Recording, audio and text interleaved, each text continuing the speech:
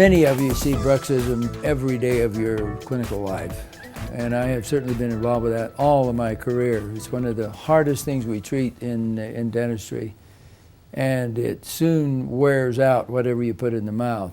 Is it related to snoring and sleep apnea? Although they have ability to test for bruxism, don't do so.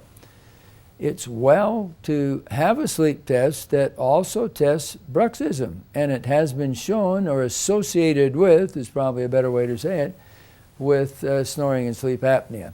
That can be tested very clearly, and when it is tested, it would stimulate you to provide a mechanism to slow it down.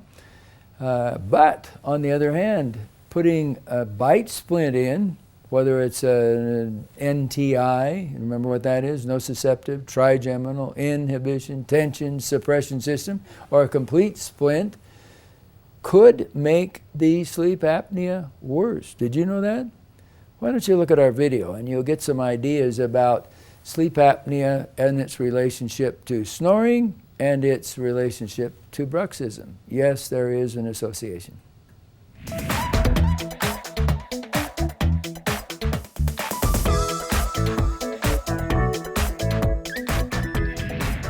For continuing information from us, please go to our website, pccdental.com. There are constantly changing informational and educational pieces there that we would love to have you see.